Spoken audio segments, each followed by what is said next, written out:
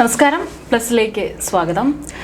ഇപ്പോൾ വൈറ്റ് ഹൗസിൽ നിന്ന് ഒരു റഷ്യൻ ചാരനെ ഇന്ത്യയിലേക്ക് ഇറക്കാൻ നോക്കിയിരിക്കുകയാണ് ഇപ്പോൾ ട്രംപ്, അല്ലെങ്കിൽ ഇറക്കിയിരിക്കുന്നു എന്ന് വേണം പറയാൻ.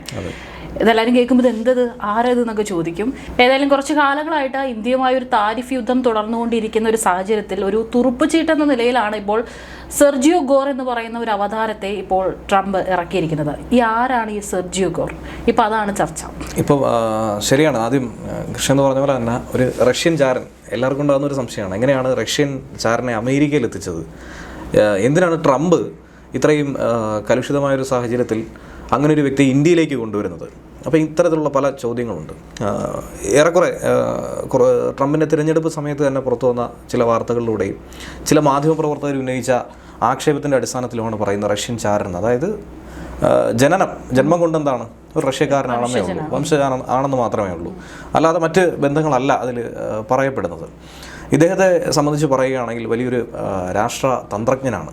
തിരഞ്ഞെടുപ്പുകളിലൊക്കെ തന്നെ പല മാനിപ്പുലേഷൻ നടത്തിയായിരുന്നാലും ഉദ്ദേശിക്കുന്ന കാര്യങ്ങൾ, നമ്മൾ മോഹൻലാലിൻ്റെ ഒരു സിനിമ ഉണ്ടല്ലോ, അമേരിക്കയിൽ പോയി പെരിച്ചാഴി എന്ന് പറയുന്ന സിനിമ, അതുപോലെ കാര്യങ്ങൾ നടത്തിയെടുക്കുന്ന ഒരു മിടുക്കനായിട്ടുള്ള ഒരു ചെറുപ്പക്കാരനാണ് സെർജിയോ ഗോർ എന്ന് പറയുന്നത്. അപ്പോൾ പുള്ളിയെ കണ്ട അത്യാവശ്യം പ്രായം തോന്നിക്കുമെങ്കിലും ആൾക്ക് 10-38 വയസ്സ് മാത്രമേ വരുന്നുള്ളൂ. എന്നാൽ ഈ 38 വയസ്സിനുള്ളിൽ എങ്ങനെയാണ് ഒരു രാജ്യത്തിൻ്റെ അംബാസഡറായി ഒരു രാജ്യത്തെ പ്രതിനിധീകരിച്ചുകൊണ്ട് മറ്റൊരു രാജ്യത്തിൻ്റെ അംബാസഡറായി നിൽക്കുന്നത് എന്ന് ചോദിച്ചു കഴിഞ്ഞാൽ അത് ഈ ചെറുപ്പക്കാരൻ്റെ ഒരു പാഠവും തന്നെയാണ്, വൈഭവം തന്നെയാണ്. കാരണം ഇതിനു മുൻപ് നടന്നിട്ടുള്ള പല നീക്കങ്ങളും, സെർജിയോ ഗോർ നടത്തിയിട്ടുള്ള പല നീക്കങ്ങളും ട്രംപിനെ വളരെയധികം സഹായിച്ചിട്ടുണ്ട്, ട്രംപിനെ ഇംപ്രസ് ചെയ്യിപ്പിച്ചിട്ടുണ്ട്. ട്രംപിനെ ഇംപ്രസ് ചെയ്യിപ്പിക്കുക എന്ന് പറയുന്നത് ഒരു സാധാരണ ഒരു കാര്യമല്ല. ട്രംപ് ഇംപ്രസ്ഡ് ആവണമെങ്കിൽ അതിനനുസരിച്ചുള്ള കാര്യങ്ങൾ ചെയ്തിട്ടുണ്ടായിരിക്കണം. ഞാൻ ഈ പറഞ്ഞതുപോലെ തന്നെ കഴിഞ്ഞ തിരഞ്ഞെടുപ്പിലൊക്കെ തന്നെ സെർജിയോ ഗോർ മുന്നോട്ട് വെച്ചിട്ടുള്ള ചില നയങ്ങളുണ്ടായിരുന്നു. അതനുസരിച്ച് മുന്നോട്ട് പോയതുകൊണ്ട് തിരഞ്ഞെടുപ്പിൽ ഒരുപാട് നേട്ടം ട്രംപിനുണ്ടായിട്ടുണ്ട്. അതുപോലെ തന്നെ ട്രംപ് മസ്ക് കൂട്ടുകെട്ട്, ഈ കൂട്ടുകെട്ടൊക്കെ നമുക്കറിയാവുന്നതാണ്. പിന്നീട് ആ കൂട്ടുകെട്ട് വലിയ അടിയായതൊക്കെ അറിയാവുന്നതാണ്.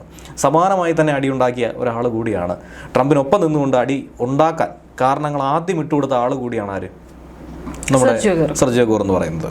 അപ്പോൾ ഇതിനു മുൻപ് ട്രംപ് തന്നെ പറഞ്ഞിട്ടുണ്ട്, ട്രംപിൻ്റെ പല പുസ്തകങ്ങൾ എഴുതാൻ വേണ്ടി സഹായിച്ചിട്ടുണ്ട്. ജൂനിയർ ട്രംപിൻ്റെ ഒപ്പം ചേർന്നുകൊണ്ട് പല പബ്ലിക്കേഷൻസും മറ്റുമൊക്കെ ഇദ്ദേഹം നടത്തിയതായിട്ട് പറയുന്നുണ്ട്. പക്ഷേ നിലവിലത്തെ ഒരു സാഹചര്യത്തിൽ നമുക്ക് നോക്കേണ്ടത്, ഇദ്ദേഹം ഇന്ത്യയിലേക്ക് എത്തിക്കഴിഞ്ഞാൽ എന്താണ് മാറ്റം സംഭവിക്കുന്നത്? അപ്പോൾ ഈ പറഞ്ഞ ഒരു 8 മാസക്കാലമായിട്ട് ജനുവരിയിൽ ട്രംപ് അധികാരത്തിലെത്തി. ആ ജനുവരി 15 മുതൽ ഇന്ന് വരെ നമുക്കിവിടെ ഒരു അമേരിക്കൻ അംബാസഡർ ഇന്ത്യയിലില്ല. കാരണം നേരത്തെ എറിക് ഗാർസിറ്റി ആയിരുന്നു, ജനുവരിയിൽ അദ്ദേഹത്തിൻ്റെ കാലാവധി കഴിഞ്ഞു. അതിനുശേഷം ഇതുവരെ മറ്റാരും തന്നെ എത്തപ്പെട്ടിട്ടില്ല. ഈ സാഹചര്യത്തിലാണ് എലോൺ മസ്ക് ഒരു പാമ്പെന്ന് വിശേഷിപ്പിച്ച ആളാണ്, ഒരു പാമ്പായിട്ടാണ് പറയുന്നത്. അത് വിഷപ്പാമ്പാണോ അതോ ഉപകാരിയായിട്ടുള്ള ചേരയാണോ എന്നുള്ള കാര്യം നമുക്കറിയത്തില്ല. അത് ഇന്ത്യക്ക് എങ്ങനെ ആയിരിക്കും സംഭവിക്കുക എന്നുള്ളതിന് നമുക്ക് കണ്ടറിയേണ്ടതാണ്. 2 വിഷയങ്ങളുണ്ട്. ഒന്നെന്ന് പറയുന്നത്, ഒന്നുകിൽ ഇതൊരു ഉപകാരമാകും, അതല്ലെങ്കിൽ ഇതുപോലൊരു തലവേദന നമുക്കിനി കിട്ടാനുമില്ല, ഈ രീതിയിലേക്ക് പോകും. ഇനി എങ്ങനെ ആയിരിക്കും ഇത് ഉപകാരം ആവുന്നതെന്ന് ചോദിച്ചു കഴിഞ്ഞാൽ, ഇന്ത്യയും അമേരിക്കയും തമ്മിലുള്ള ഈ താരിഫ് യുദ്ധത്തിന് പിന്നിൽ പല കാര്യങ്ങളുണ്ട്, കാരണങ്ങളുണ്ടെന്നൊക്കെ ട്രംപ് പറയുന്നുണ്ട്, രാഷ്ട്രീയ നിരീക്ഷകർ പറയുന്നുണ്ട്. എന്നിരുന്നാൽ പോലും ഇന്ത്യയെ സംബന്ധിച്ച് അസ്വസ്ഥമാക്കപ്പെടുന്ന ഒരു അന്തരീക്ഷം ട്രംപ് ഉണ്ടാക്കിയിട്ടുണ്ട്. ഇന്ത്യ അമേരിക്ക ബന്ധം കൂടുതൽ വഷളാക്കിയിട്ടുണ്ട്. മറുഭാഗത്ത് ഈ പറഞ്ഞതുപോലെ ഇന്ത്യക്കുണ്ടായ നേട്ടമാണ് ചൈന. അതുപോലെ തന്നെ റഷ്യ കഴിഞ്ഞ ദിവസം പ്രഖ്യാപിച്ചിട്ടുണ്ടായിരുന്നു, നോർമൽ വാങ്ങുന്നതിൽ നിന്ന് നിങ്ങൾക്ക് 5% കൂടുതൽ താരിഫ് റിഡക്ഷൻ നമ്മൾ തരാം. ആ രീതിയിലേക്ക് എന്ത് ചെയ്യുക, മാർക്കറ്റ് കൂടുതൽ ഇന്ത്യയിലേക്ക് കോൺസെൻട്രേറ്റ് ചെയ്യുക എന്നാണ് റഷ്യ തീരുമാനിച്ചിരിക്കുന്നത്. അതനുസരിച്ചുള്ള നീക്കങ്ങൾ അവരവിടെ നടത്തുന്നുണ്ട്. ചൈനയുമായിട്ടുള്ളതെന്ന് പറയുമ്പോൾ ഇന്ത്യയുടെ ആഭ്യന്തര കാര്യങ്ങളെ ബാധിക്കുന്ന വിഷയത്തിൽ ഒരു കാരണവശാലും അമേരിക്ക ഇടപെട്ട് പോകരുത്. ആരാ പറയുന്നത്? ചൈനയാണ് പറയുന്നത്. ഇപ്പോഴും നമ്മൾ തമ്മിലുള്ള പ്രശ്നങ്ങൾ പൂർണ്ണമായിട്ട് പരിഹരിച്ചിട്ടില്ല. എന്നാൽ പോലും ചൈന ഈ വിഷയത്തിൽ ഇന്ത്യക്കൊപ്പമാണ്. കാരണം അമേരിക്കയെ എതിർക്കാൻ ഇന്ത്യ ഒപ്പം ഉണ്ടെങ്കിൽ ചൈനയ്ക്ക് അത് വലിയൊരു കരുത്താവും. പ്രത്യേകിച്ച് നമ്മളൊക്കെ അയൽക്കാരാണ്, ഈ പ്രശ്നം ജീവിതകാലം മുഴുവൻ നീട്ടിക്കൊണ്ട് പോകേണ്ടതില്ല. ഇത്തരത്തിലുള്ള ഒരു പരിഹാര ഫോർമുല നിലവിൽ മുന്നോട്ട് വെച്ചേക്കുകയാണ്. കഴിഞ്ഞ ദിവസം നമുക്കറിയാവുന്നതാണ്, ചൈനീസ് വിദേശകാര്യമന്ത്രി വാങ്ങി ഇന്ത്യയിലെത്തിയിട്ടുണ്ടായിരുന്നു. അദ്ദേഹം ഇവിടെ ഒന്ന് ആദ്യം അജിത് ഡോവലുമായിട്ടുള്ള കൂടിക്കാഴ്ച നടത്തി, ജയശങ്കറുമായിട്ടുള്ള കൂടിക്കാഴ്ച നടത്തി, പ്രധാനമന്ത്രിയുമായി കൂടിക്കാഴ്ച നടത്തി, വളരെ പ്രധാനപ്പെട്ട ചില കാര്യങ്ങൾ ചർച്ച ചെയ്തിട്ടുണ്ടായിരുന്നു. അതിനുശേഷം അദ്ദേഹം തിരിച്ചുപോയി ചൈനയിൽ ചില സജ്ജീകരണങ്ങൾ ഏർപ്പെടുത്തിയിട്ടുണ്ട്. ഇനിയിപ്പോൾ 31-ാം തീയതി നമുക്ക് കാണാം ഇന്ത്യൻ പ്രധാനമന്ത്രി എന്തായിരുന്നാലും അവിടേക്ക് പോകുന്നുണ്ട്. വളരെ പ്രധാനപ്പെട്ട വിഷയങ്ങൾ അവിടെ ചർച്ച ചെയ്യുന്നുണ്ട്. അമേരിക്കയാണ് ഈ ഒരു കൂടിക്കാഴ്ച ഉറ്റുനോക്കുന്നത്. മറ്റാർക്കും തന്നെ ഇത്രയധികം ആകാംക്ഷയില്ല, പക്ഷേ അമേരിക്കയ്ക്കുണ്ട്. ഈ ഒരു പ്രത്യേക സാഹചര്യത്തിലാണ് എന്ത് ചെയ്തിരിക്കുന്നത്, ഇപ്പോൾ സെർജിയോ ഗോറിനെ ട്രംപ് ഇവിടേക്ക് നിയമിച്ചിരിക്കുന്നത്. ട്രംപിൻ്റെ ഒരു ചാരനാണ് സെർജിയോ ഗോർ എന്ന കാര്യത്തിൽ സംശയമില്ല. ഇതുപോലുള്ള പല കാര്യങ്ങളും ചൂഴ്ന്നെടുത്ത് ട്രംപിന് കൊടുക്കുന്ന ആൾ കൂടിയാണ് സെർജിയോ ഗോർ. ട്രംപിൻ്റെ ഒരു നമ്മളിവിടെ പറയുകയാണെങ്കിൽ പ്രൈവറ്റ് സെക്രട്ടറി എന്നൊക്കെ പറയുന്നത് പോലത്തെ ഒരു പോസ്റ്റാണ് ആർക്ക്, സെർജിയോ ഗോറിന് അമേരിക്കയിലുള്ളത്. അപ്പോൾ സെർജിയോ ഗോറിൻ്റെ ഒപ്പം ചേർന്ന് സെർജിയോ ഗോറിൻ്റെ നേതൃത്വത്തിൽ നടക്കുന്ന ആ ഫെഡറൽ സിസ്റ്റത്തിൽ ഇതിനോടകം തന്നെ ഒഴിഞ്ഞു കിടന്ന സകല വേക്കൻസികളും ഫില്ല് ചെയ്ത് കഴിഞ്ഞു എന്ന് ട്രംപ് കഴിഞ്ഞ ദിവസം പറഞ്ഞ ഒരു സ്റ്റേറ്റ്മെൻറ്റ് പുറത്തു വന്നിട്ടുണ്ടായിരുന്നു. ഏകദേശം 95% ഒഴിവ് നികത്തിയെന്നാണ് പറയുന്നത്. അത് ഫലപ്രദമായി നടപ്പിലാക്കാനും അതിന് ഏകോപനം നടത്താനും സഹായിച്ചിട്ടുള്ള ആരാണ്, സെർജിയോ ഗോറാണ്. അതുപോലെ പല എക്സിക്യൂട്ടീവ് ഓർഡറുകൾ നമ്മൾ കണ്ട് സിനിമയിലൊക്കെ കാണുന്ന പോലെയാണ്. ആരെങ്കിലും എന്തെങ്കിലും പറഞ്ഞു കഴിഞ്ഞാൽ അപ്പം എക്സിക്യൂട്ടീവ് ഓർഡർ പാസ്സാക്കും, ആർക്കെതിരെ എന്തും ചെയ്ത് കളയും. ഈ സാധാരണ ഒരു രാഷ്ട്രം ചെയ്യേണ്ട, നയതന്ത്രപരമായി ചെയ്യേണ്ട ഒരു രീതിയൊന്നും അല്ല ട്രംപ് ഇതിൽ പാലിക്കുന്നതെന്നുള്ള വിമർശനം ജയശങ്കർ ഇപ്പോൾ പറഞ്ഞിട്ടുണ്ട്. നമ്മുടെ വിദേശകാര്യമന്ത്രി ജയശങ്കർ പറഞ്ഞിട്ടുണ്ട്. അതായത് മാധ്യമങ്ങളിലൂടെ അങ്ങ് പറയുകയാണ്, ഒരു രാജ്യവുമായി ബാധിക്കുന്ന ഒരു വിഷയം ഒരു വ്യാപാര കരാറാണ്, അതല്ലെങ്കിൽ നികുതി ആയിക്കോട്ടെ, എന്തോ വിഷയമായിക്കോട്ടെ, അത് രാജ്യങ്ങൾ തമ്മിൽ ആദ്യം ബന്ധപ്പെടേണ്ടതായിട്ടുണ്ട്. വിദേശകാര്യ മന്ത്രാലയങ്ങൾ തമ്മിൽ ബന്ധപ്പെടണം, നയതന്ത്രപരമായി കാര്യങ്ങൾ അങ്ങോട്ടും ഇങ്ങോട്ടും ചർച്ച ചെയ്യണം. അതൊന്നും ചെയ്യാതെ ചാനലിലൂടെ ഇരുന്ന് പ്രഖ്യാപിക്കുകയല്ലാതെ ട്രംപിൻ്റെ ഭാഗത്തു നിന്നും ഒരു എന്താ പറയുന്നത്, ഒരു രാജ്യത്തലവൻ എന്ന രീതിയിലുള്ള ഒരു നടപടി ഇതുവരെ ഉണ്ടായിട്ടില്ല. അതിനിടയിലാണ് അപ്രതീക്ഷിതമായി ഇങ്ങനെ ഒരു നീക്കം കൂടി ഉണ്ടായിരിക്കുന്നത്. ഇനി ഇത് എങ്ങനെ വഷളാകുമെന്ന് ചോദിച്ചു കഴിഞ്ഞാൽ ട്രംപിൻ്റെ അജണ്ട അത് നടപ്പിലാക്കാൻ വേണ്ടി തന്നെയാണ് അയച്ചിരിക്കുന്നത്, സെർജിയോ ഗോറിനെ അയച്ചിരിക്കുന്നത്. ട്രംപ് അത് തുറന്ന് പറയുകയും ചെയ്തിട്ടുണ്ട്. ട്രംപ് പറഞ്ഞതനുസരിച്ചിട്ട് എൻ്റെ അജണ്ട, അമേരിക്കയുടെ അജണ്ട അത് നടപ്പിലാക്കാനാണ് എന്ത് ചെയ്യുന്നത്, സെർജിയോ ഗോറിനെ നിയമിച്ചിരിക്കുന്നത്.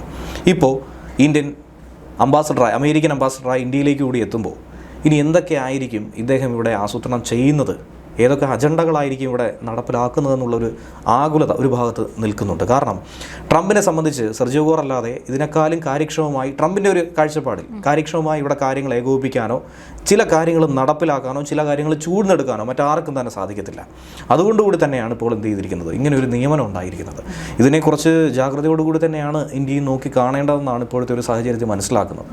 ഇനിയിപ്പോൾ അടുത്തത് 31-ാം തീയതി നമ്മൾ പറഞ്ഞ പോലെ ഇന്ത്യൻ പ്രധാനമന്ത്രി അങ്ങോട്ട് പോകുന്നുണ്ട്. ഇതിനിടയിൽ തന്നെ നമ്മൾ പലപ്പോഴായി കണ്ടിട്ടുണ്ട്, അന്ന് താരിഫ് 27-ാം തീയതി ഓഗസ്റ്റ് 27 മുതൽ അത് 50% തീരുവ ചുമത്തിക്കൊണ്ടുള്ളത് പ്രാബല്യത്തിൽ വരുന്ന പറഞ്ഞിരുന്നത്. പക്ഷെ അന്ന് പുടിനും ട്രംപും അലാസ്കയിൽ കൂടിക്കാഴ്ച നടത്തിയതിന് ശേഷമാണ് അത് നിർത്തിവെച്ചിരിക്കുന്നത്. പക്ഷേ എന്നിരുന്നാലും അതൊരു താൽക്കാലികമായിട്ടുള്ള ഒരു മരവിപ്പിക്കൽ തന്നെയാണ്.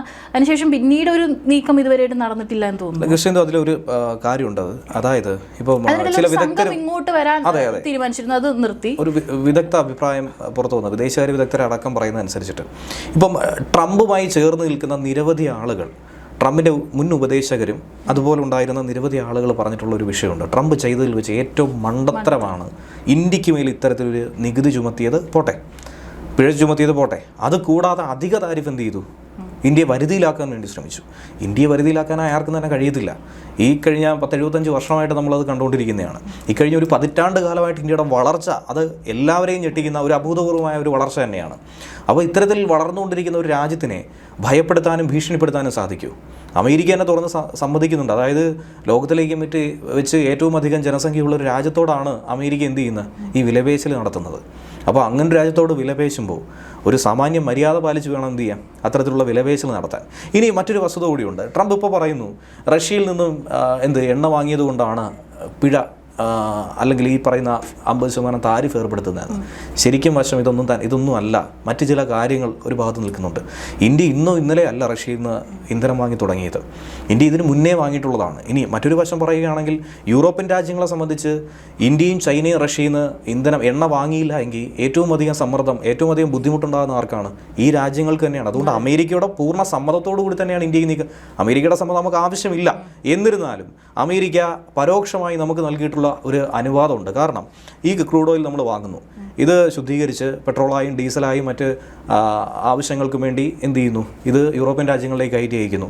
അവരവിടെ നിന്ന് വാങ്ങുന്നു. ഏറ്റവും അധികം ഡീസൽ നമ്മുടെ ഇതാണ് അവർ വാങ്ങുന്നത്. അപ്പോൾ ചൈനയും ഇത് തന്നെയാണ് ചെയ്തുകൊണ്ടിരിക്കുന്നത്. അത്തരത്തിൽ നമുക്കൊരു ലാഭം ഒരു ഭാഗത്ത് ഉണ്ടാക്കിയെടുക്കാനായി സാധിക്കുന്നുണ്ട്. മറ്റ് രാജ്യങ്ങളെ ഒപ്പക് രാജ്യങ്ങളെ പോലെ തന്നെ നമ്മളും എന്ത് ചെയ്യുന്നു, ഇന്ധനം ഇത്തരത്തിൽ മറ്റു യൂറോപ്യൻ രാജ്യങ്ങളിലേക്ക് വിൽക്കുകയാണ് ചെയ്യുന്നത്. അങ്ങനെ ഒരു നീക്കം ഇന്ത്യ നടത്തിയില്ലായിരുന്നെങ്കിൽ ഈ പറയുന്ന യൂറോപ്യൻ രാജ്യങ്ങളൊക്കെ തന്നെ എവിടെ ചെന്നെത്തും എന്നുള്ളത് കണ്ടറിയേണ്ടതാണ്. അവരൊക്കെ തന്നെ നശിച്ച് നാമാവശേഷമായി പോയനായിരുന്നു. വിലക്കയറ്റം എന്ന് പറയുന്നത് പിടിച്ചു നിർത്താൻ കഴിയാത്ത രീതിയിൽ മുന്നോട്ട് പോകുമായിരുന്നു. ഒരു യുദ്ധം നടക്കുമ്പോൾ ഒരു രാജ്യത്തെയോ ഈ യുദ്ധം ചെയ്യുന്ന 2 രാജ്യങ്ങളെയോ അല്ലല്ലോ ബാധിക്കുന്നത്. ഈ പറഞ്ഞതുപോലെ വ്യാപാര വിഷയങ്ങൾ ഒരു ഭാഗത്ത് നിൽക്കുന്നുണ്ട്, മറ്റു ചില പ്രശ്നങ്ങൾ നിൽക്കുന്നുണ്ട്. ഇതൊക്കെ പല രീതിയിൽ ബാധിക്കാം. അപ്പോൾ ഈ ട്രംപ് ഇത്തരത്തിലൊരു ഭീഷണി മുന്നോട്ട് വെച്ചുകൊണ്ട് പല കാര്യങ്ങൾ, അതായത് പുടിനെ ഒന്ന് തൻ്റെ അടുത്തേക്ക് എത്തിക്കാൻ വേണ്ടിയിട്ടുള്ളൊരു നീക്കമാണ്. ഇന്ത്യക്ക് മേൽ എന്തെങ്കിലും ചെയ്തു കഴിഞ്ഞാൽ റഷ്യ സംസാരിക്കാനായി വരും. ഇത്തരത്തിലൊരു തന്ത്രമാണ് ട്രംപ് നടപ്പിലാക്കിയെന്നാണ് പറയുന്നത്. അത് അങ്ങനെ ഒരു സമ്മർദ്ദ തന്ത്രം ഇന്ത്യക്ക് മേൽ നടപ്പിലാക്കുമ്പോൾ അത് ഇന്ത്യയിലെ ജനങ്ങളെ അത് ബാധിക്കുന്ന വിഷയമാണ്, ഇന്ത്യൻ ഭരണകൂടത്തെ ബാധിക്കുന്നതാണെന്ന്, പ്രത്യേകിച്ച് രാജ്യത്തിൻ്റെ ഒരു ആത്മാഭിമാനത്തെ തന്നെ ചോദ്യം ചെയ്യുന്ന രീതിയിലേക്ക്, രാജ്യത്തെ ഭീഷണിപ്പെടുത്താൻ മറ്റൊരു പോലീസ് വന്ന് നിൽക്കുന്നു എന്ന് പറയുമ്പോൾ പണ്ടൊക്കെ സമ്മതിച്ചു കൊടുക്കാമായിരുന്നു, ഇന്ന് സമ്മതിച്ചു കൊടുക്കാൻ നമുക്ക് സാധിക്കത്തില്ലല്ലോ. അതുകൊണ്ട് തന്നെ ഇതിൽ ട്രംപിന് പറ്റിപ്പോയൊരു ഏറ്റവും വലിയ അമളിയായിട്ട്, ഒരു മണ്ടത്തരമായിട്ടാണ് നമുക്ക് ഇതിനെക്കുറിച്ച് പറയാൻ സാധിക്കുന്നത്. ഈ പറയുന്ന 50% അല്ല 150% പ്രഖ്യാപിച്ചാലും ഇന്ത്യയെ സംബന്ധിച്ച് പ്രത്യേകിച്ച് ഒന്നും സംഭവിക്കാൻ പോകുന്നില്ല എന്ന് പറയാം. കാരണം ഇന്ത്യക്ക് ബുദ്ധിമുട്ടുണ്ടാവില്ല എന്നല്ല. ഞാനൊരു കാര്യം കൂടി പറയുകയാണ്. ചൈനയുമായി ബന്ധപ്പെട്ടൊരു സംഘർഷ സാധ്യത ഗാൽവാനിൽ ഉടലെടുത്ത സമയത്ത് നമുക്കറിയാം, ഇന്നിപ്പോൾ ഒരു വാർത്ത വന്നിട്ടുണ്ട്, ടിക്ടോക്ക് 5 വർഷത്തിന് ശേഷം തിരിച്ചു വരുന്നു എന്നുള്ളത്. ടിക്ടോക്ക് അടക്കമുള്ള ചൈനീസ് ആപ്പുകളൊക്കെ തന്നെ നിരോധിച്ചൊരു സാഹചര്യം ഉണ്ടായിരുന്നു. അതുപോലെ തന്നെ ചൈനീസ് ഉൽപ്പന്നങ്ങൾ നിരോധിച്ചൊരു സാഹചര്യം ഉണ്ടായിരുന്നു. ചൈനയിൽ നിന്നുള്ള ഇറക്കുമതിയൊക്കെ തന്നെ അവസാനിപ്പിച്ച് എന്ത് ചെയ്യുക, തദ്ദേശീയത കൂടുതൽ പ്രോത്സാഹിപ്പിക്കുന്ന ഒരു നടപടി ഉണ്ടായിരുന്നു. അതിലൂടെ ഉണ്ടായൊരു നേട്ടം എന്ന് പറയുമ്പോൾ അന്ന് പലരും വിമർശിച്ചിട്ടുണ്ടായിരുന്നു, ഇത് നമുക്ക് പ്രാക്ടിക്കലി നടക്കുന്നൊരു കാര്യമല്ല എന്നുള്ളത്. ശരിയാണ്, നമുക്ക് നടക്കാൻ വളരെ ബുദ്ധിമുട്ടുള്ളൊരു കാര്യമാണ്, പക്ഷേ നടത്തിയെടുക്കാൻ പാടുള്ളതല്ല, നടത്തിയെടുക്കാൻ കഴിയും. കുറേ കാലം നമ്മളിത് പരിശീലിച്ച് കഴിഞ്ഞാൽ നമുക്ക് ചെയ്യാനായി സാധിക്കും. അങ്ങനെ ഇറക്കുമതി മാത്രം ആശ്രയിച്ചുകൊണ്ടിരുന്ന രാജ്യത്തിന് ഇപ്പോൾ കയറ്റുമതിയിലേക്ക് കടക്കാനായി സാധിച്ചിട്ടുണ്ട്. ഏകദേശം ഒരു 65% നമുക്ക് തദ്ദേശീയമായി എല്ലാ കാര്യങ്ങളെയും ആശ്രയിക്കാൻ സാധിക്കുന്നുണ്ട്. എന്തിനു പറയുന്നു, ബഹിരാകാശ മേഖല പോലും ഇപ്പോൾ അതിൽ പോലും നമുക്ക് 50% മുകളിൽ തദ്ദേശീയമായി നമ്മുടെ ഇൻഡസ്ട്രികൾ നിർമ്മിച്ച സാധനങ്ങൾ വെച്ചിട്ടാണ് നമ്മൾ എന്ത് ചെയ്യുന്നത്, ചന്ദ്രനിലേക്കും സൂര്യനിലേക്കും ഒക്കെ തന്നെ പൊയ്ക്കൊണ്ടിരിക്കുന്നത്. അപ്പോൾ ഈ ഒരു സാഹചര്യത്തിൽ അന്ന് നമ്മളിന്നും പൂർണ്ണമായിട്ട് ചൈനയെ വിട്ട് കളഞ്ഞിട്ടില്ല. ചൈനയുടെ പല സാധനങ്ങളും നമ്മൾ ആശ്രയിക്കുന്നുണ്ട്, പക്ഷേ അതൊക്കെ വേറൊരു തലത്തിലാണെന്ന് മാത്രമാണ്. നമുക്കറിയാം, വിഴിഞ്ഞത്തുള്ള സീപോർട്ട് വന്നപ്പോൾ അവിടത്തേക്കുള്ള ക്രെയിനുകൾ അവിടെ നിന്ന് കൊണ്ടുവന്ന് ചൈനയിൽ നിന്നാണ് കൊണ്ടുവന്നത്. അത്തരത്തിൽ പല മേഖലകളിലും ഇപ്പോഴും ചൈനയെ ആശ്രയിക്കുന്നുണ്ട്. കാരണം നമുക്ക് ഇത്രയും വില കുറഞ്ഞ റോ മെറ്റീരിയൽസ് വേറെ എങ്ങും കിട്ടത്തില്ല, അതാണൊരു വസ്തുത. പക്ഷേ ഇത് നമുക്ക് നമ്മുടെ രാജ്യത്തുണ്ടാക്കണ്ടേ? ഇതിന് വേണ്ടിയിട്ടുള്ളൊരു ചവിട്ടുപടിയായിട്ട് നമ്മൾ അന്ന് അതിനെ കണ്ടതുകൊണ്ടാണ് ഈ 5 വർഷത്തിനിപ്പുറം ഇന്ത്യ ഇന്നത് ബാധിക്കുന്നില്ല, അന്നത് ബാധിച്ചായിരുന്നു. സമാനമായി തന്നെ അമേരിക്കയുമായി ബന്ധപ്പെട്ട വിഷയം ഇന്ന് ബാധിക്കും, ഉറപ്പാണ്. പക്ഷേ ഭാവിയിൽ ഇന്ത്യയെ സംബന്ധിച്ച് ഒരു പ്രശ്നവും ഉണ്ടാവത്തില്ല എന്നുള്ളതാണ് യാഥാർത്ഥ്യം. ഇനിയിപ്പോൾ വേറൊരു കാര്യം എന്ന് വെച്ചാൽ, ഈ കുറേ അമേരിക്കൻ കമ്പനികൾ നമ്മുടെ ഇന്ത്യയിലുണ്ട്. ഇപ്പോൾ ആപ്പിള്, മൈക്രോസോഫ്റ്റ്, ടെസ്ല തുടങ്ങിയിട്ടുള്ള ഒരുപാട് കമ്പനികൾ. അപ്പോൾ ഈ കമ്പനികളുടെയൊക്കെ ഒരു ഭാവി ഇനി എന്തായിരിക്കും? ഇങ്ങനെ അതിൽ മുന്നേ തന്നെ നമ്മളൊരു നയം സ്വീകരിച്ചിട്ടുണ്ടായിരുന്നു. പ്രത്യേകിച്ച് ഇപ്പം ടെസ്ലയുടെ കാര്യം പറഞ്ഞുകൊണ്ട് ഇലോൺ മസ്ക് ചൈനയിൽ നിന്നും, ഇലോൺ മസ്ക് മാത്രമല്ല ആപ്പിളും ചൈനയിൽ നിന്നും അവരുടെ പ്ലാന്റ് മാറ്റി ഇന്ത്യയിലേക്ക് എത്തിക്കാനുള്ള ഒരു ശ്രമം നടത്തിയിരുന്നു. അത് അങ്ങനെ ഒരു ശ്രമം നടത്തിയതിൻ്റെ കാരണവും ഈ പറഞ്ഞ പോലെ ഇന്ത്യ മെയ്ക്ക് ഇൻ ഇന്ത്യയെ കൂടുതൽ പ്രോത്സാഹിപ്പിക്കുന്നുണ്ട്. നമുക്കറിയാം, മുമ്പ് സാധനങ്ങളൊക്കെ വന്നുകൊണ്ടിരുന്നത് മെയ്ക്ക് ഇൻ അമേരിക്ക കാണും, മെയ്ഡ് ഇൻ ചൈന കാണും, അതുപോലെ മെയ്ഡ് ഇൻ പല രാജ്യങ്ങൾ കാണും. സാംസങ്ങിൻ്റെ ഫോണൊക്കെ ആണെങ്കിൽ സൗത്ത് കൊറിയ, ഇതുപോലെയൊക്കെ നമ്മൾ കാണാറുണ്ട്. പക്ഷേ ഇന്ന് നോക്കിക്കഴിഞ്ഞാൽ നമ്മുടെ ഫോണുകളും അതുപോലെ തന്നെ നമ്മൾ ഈ കാണുന്ന ഇലക്ട്രോണിക് സാധനങ്ങളും ഒട്ടുമിക്കതിപ്പം മെയ്ക്ക് ഇൻ ഇന്ത്യ ആയി. എങ്ങനെ മെയ്ക്ക് ഇൻ ഇന്ത്യ ആയി എന്ന് ചോദിച്ചു കഴിഞ്ഞാൽ, ഇലോൺ മസ്കിൻ്റെ അടുത്തും പറഞ്ഞൊരു കാര്യമുള്ളൂ, നിങ്ങൾക്ക് ടെസ്ല ഇവിടെ നിർമ്മിക്കാം, ഞങ്ങൾ സ്വാഗതം ചെയ്യുന്നു. പക്ഷേ നമ്മുടെ നിബന്ധന ഇതാണ്, ഇവിടെ കൊണ്ടുവന്ന് വിൽക്കരുത്, ഇവിടെ അസംബിൾ ചെയ്യുക, ഇവിടെ നിങ്ങൾ നിർമ്മിക്കുക, അതിലൂടെ ഇവിടുത്തെ ജനങ്ങൾക്ക് തൊഴിൽ കിട്ടട്ടെ, ഇവിടുത്തെ സർക്കാരിലേക്ക് നിങ്ങൾ എന്ത് ചെയ്യുക, ടാക്സ് അടയ്ക്കുക, നമ്മുടെ രാജ്യത്തിന് നേട്ടം ഉണ്ടാവട്ടെ, ഇത് നമ്മുടെ രാജ്യത്തുള്ള ആൾക്കാർ തന്നെ വാങ്ങിച്ചോട്ടെ, അതല്ലെങ്കിൽ പുറത്തേക്ക് നിങ്ങൾ എക്സ്പോർട്ട് ചെയ്തോളൂ. ഈ ഒരു നയമാണ് ആരുടെ അടുത്ത് പറഞ്ഞിരിക്കുന്നത്? ഈ പറഞ്ഞ വിദേശ രാജ്യങ്ങളെ കമ്പനികളോടൊക്കെ തന്നെ പറഞ്ഞിരിക്കുന്നത്. അതിൽ അമേരിക്ക എന്ന് മാത്രമല്ല, ഏത് രാജ്യത്തെ കമ്പനി ആയിരുന്നാലും ഇതേ നയം തന്നെയാണ് ഇന്ത്യ എന്ത് ചെയ്യുന്നത്, സ്വീകരിച്ചു പോരുന്നത്. അതുകൊണ്ടുണ്ടാകുന്ന ഒരു നേട്ടം, അമേരിക്ക ചെയ്യുന്നതിന് തിരിച്ച് മറുപടി എന്ന രീതിയിൽ നമ്മളൊരിക്കലും അത്തരം മോശം പരിപാടി ചെയ്യത്തില്ല എന്നുള്ളതാണ്. നമ്മളിപ്പോൾ അടിക്ക് തിരിച്ചടി എന്ന് പറയുന്ന പോലെ നയതന്ത്രപരമായിട്ടുള്ള ഏറ്റുമുട്ടലൊക്കെ നടത്തും, അതായത് പ്രതിനിധികളെ പുറത്താക്കുന്നു. അതൊന്നും വലിയൊരു ഇമ്പാക്റ്റ് ഉണ്ടാക്കുന്ന വിഷയമല്ല, ഒരു താക്കീത് കൊടുക്കുന്ന ഒരു വിഷയം മാത്രമാണ്. നമുക്ക് ഒരു നിവൃത്തിയില്ലെങ്കിൽ മാത്രമാണ് പാകിസ്ഥാനോട് ചെയ്തതുപോലെ സിന്ധു നദീജല കരാറൊക്കെ തന്നെ എന്ത് ചെയ്യുന്നത്, റദ്ദ് ചെയ്യുന്നത്. അത് മറ്റ് നിവൃത്തിയില്ലാഞ്ഞിട്ടാണ്, നമ്മുടെ ഏറ്റവും അധികം വേദനിപ്പിച്ചുകൊണ്ടാണ്, മുറിവേൽപ്പിച്ചുകൊണ്ടാണ്. പക്ഷേ അമേരിക്കയെ സംബന്ധിച്ച് അത്തരത്തിലുള്ളൊരു കടുത്ത നീക്കത്തിലേക്കൊന്നും തന്നെ ഇന്ത്യക്ക് പോകേണ്ടതില്ല. ഈ കമ്പനികളെ അത് സാരമായി ബാധിക്കുന്ന ഒരു വിഷയമല്ല, അവർക്ക് ഒരു വിഷയമാകും. കാരണം അവർക്ക് പൂർണ്ണമായി ഒരുപക്ഷെ ഇന്ത്യ ഒരു നിബന്ധന വയ്ക്കുകയാണ്, ഇന്ത്യയിൽ മാത്രമേ നിർമ്മിക്കാവൂ. അങ്ങനെ പറഞ്ഞു കഴിയുമ്പോൾ അവർക്ക് ചില സാധനങ്ങൾ പുറത്തുനിന്ന് ഇമ്പോർട്ട് ചെയ്യേണ്ടി വരും. അതിലൊക്കെ ചില ബുദ്ധിമുട്ടുകൾ ഉണ്ടാകും എന്നുള്ളത് യാഥാർത്ഥ്യമാണ്. ഈ പറഞ്ഞ പോലെ മറ്റ് കമ്പനികൾക്ക് സ്വന്തമായി തന്നെ ഇവിടെ എന്ത് ചെയ്യാം, കമ്പനികളിടാം. ഇപ്പം ആപ്പിളിൻ്റെ തന്നെ പെൻറ്റിയം ചെന്നൈയിലുണ്ട്, അതുപോലെ ആന്ധ്രാപ്രദേശുണ്ട്, കേരളത്തിലേക്ക് വരുമെന്നൊക്കെ നേരത്തെ ഒരു വാർത്ത കേട്ടിരുന്നു. പക്ഷേ അതിനെക്കുറിച്ച് ഇപ്പം ഒന്നും കാണാനില്ല. എന്തിനായിരുന്നാലും നമ്മുടെ രാജ്യത്ത് പലയിടത്തും ഇത്തരത്തിലുള്ള കമ്പനികൾക്ക് എപ്പോഴും വരാനുള്ള ഒരു അവസരം നമ്മളിവിടെ ഒരുക്കുന്നുണ്ട്. പ്രത്യേകിച്ച് FDI ഒക്കെ തന്നെ, ഫോറിൻ ഡയറക്റ്റ് ഇൻവെസ്റ്റ്മെൻ്റ് ഒക്കെ തന്നെ മാക്സിമം കൊണ്ടുവരാനായിട്ടുള്ള ഒരു പരിശ്രമം തന്നെയാണ് നമ്മൾ നടത്തിക്കൊണ്ടിരിക്കുന്നത്. അതിൻ്റെ ഭാഗമായിട്ടുള്ള ഒരു നീക്കം ഒരു ഭാഗത്ത് നടക്കുന്നുണ്ട്. അതുകൊണ്ട് ഇത്തരത്തിലുള്ള വിഷയങ്ങളൊന്നും തന്നെ ഇന്ത്യയെ സംബന്ധിച്ച് ഒരു ബുദ്ധിമുട്ടായി മാറില്ല എന്നുള്ളത് യാഥാർത്ഥ്യമാണ്. ഇനി വരുന്ന ഒരു 3-4 വർഷത്തിനകം തന്നെ ഇന്ത്യ ഏറ്റവും വേഗത്തിൽ വളരുന്ന ഒരു സാമ്പത്തിക ശക്തിയായി പോകുന്നു എന്ന് IMF പറഞ്ഞിട്ടുണ്ട്. നമ്മളിപ്പോൾ 4ാം സ്ഥാനത്ത് നിൽക്കുകയാണ്. 3ാം സ്ഥാനത്തേക്ക് എത്താൻ ഒരു പാടുമില്ല.